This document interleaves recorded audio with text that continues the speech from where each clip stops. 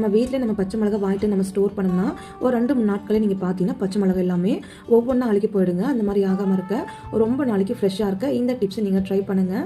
First நம்ம வாங்கிட்டு இருந்த பச்சை மிளகா காம்பு ஃபுல்லாக நம்ம ரிமூவ் பண்ணிக்கலாங்க.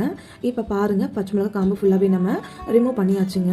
அதுக்கப்புறம் பச்சை மிளகா உள்ளுக்குள்ளே கெட்டு போனால் பச்சை மிளகா நீங்கள் எடுத்து போட்டுருங்க. அதுக்கப்புறம் இதுக்குள்ளே பழுத்த பச்சை மிளகா இருந்தாலும் பரவாயில்லைங்க, ஆனால் கெட்டு போனால் பச்சை மிளகா மட்டும் இருக்கக்கூடாது. அதுக்கப்புறம் ஒரு பிளாஸ்டிக் டப்பா எடுத்துக்கலாங்க. பிளாஸ்டிக் டப்பா எடுத்துகிட்டு நம்ம க்ளீன் பண்ணி வச்சு பச்சை மிளகா ஃபுல்லாகவே நம்ம சேர்த்துக்கலாங்க. இப்போ நம்ம பச்சை மிளகா ஃபுல்லாகவே நம்ம சேர்த்தாச்சுங்க. இந்த மாதிரி நீங்கள் சேர்த்ததுக்கப்புறம் கொஞ்சம் போல் மட்டும் நீங்கள் தேங்காய் எண்ணெய் பச்சை மிளகா மேலே நீங்கள் சேர்த்துக்கோங்க. அதுக்கப்புறம் ஒரு சிட்டிகளுக்கு மட்டும் மஞ்சள் தூள் எடுத்துகிட்டு பச்சை மிளகா மேலே நீங்கள் சேர்த்துக்கோங்க. அதுக்கப்புறம் லைட்டாக நீங்கள் பாக்ஸை ஷேக் பண்ணிங்கன்னா அந்த எண்ணெய் மஞ்சள் தூள் எல்லா பச்சை மிளகா மேலேயும் நல்லாவே நமக்கு பட செய்யுங்க. இந்த மாதிரி எண்ணெய் மஞ்சள் தூள் போட்டு நம்ம ஸ்டோர் பண்ணோம்னா அந்த பச்சை மிளகா நமக்கு ரொம்ப நாளைக்கு பழுத்து போகாது, கெட்டு போகாது, ரொம்ப நாளைக்கு நமக்கு ஃப்ரெஷ்ஷாகவே இருக்குங்க. அதுக்கப்புறம் எப்போதும் போல் நல்லா நீங்கள் ஷேக் பண்ணிட்டு மூடி போட்டு எப்போதும் போல் நார்மலாக ஃப்ரிட்ஜுக்குள்ளே வச்சு நீங்கள் ஸ்டோர் பண்ணிக்கலாம். கண்டிப்பாக இந்த டிப்ஸை நீங்கள் ட்ரை பண்ணி பாருங்கள்.